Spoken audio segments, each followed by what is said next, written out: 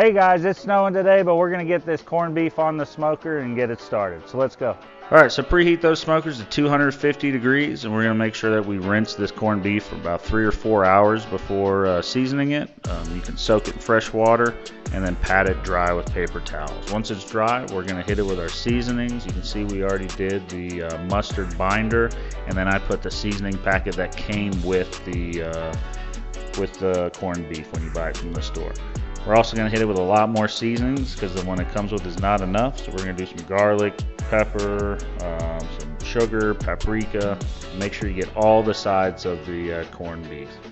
And then once we have it seasoned up, we're going to throw this directly on the smoker and put a temperature probe in it. And we're going to smoke this and then spraying it every about 30 minutes or so with beef broth until it reaches an internal temperature of 150 degrees. Once it does, pull it off the smoker. We're going to wrap this in aluminum foil. I like using big aluminum foil so you get it in one wrap.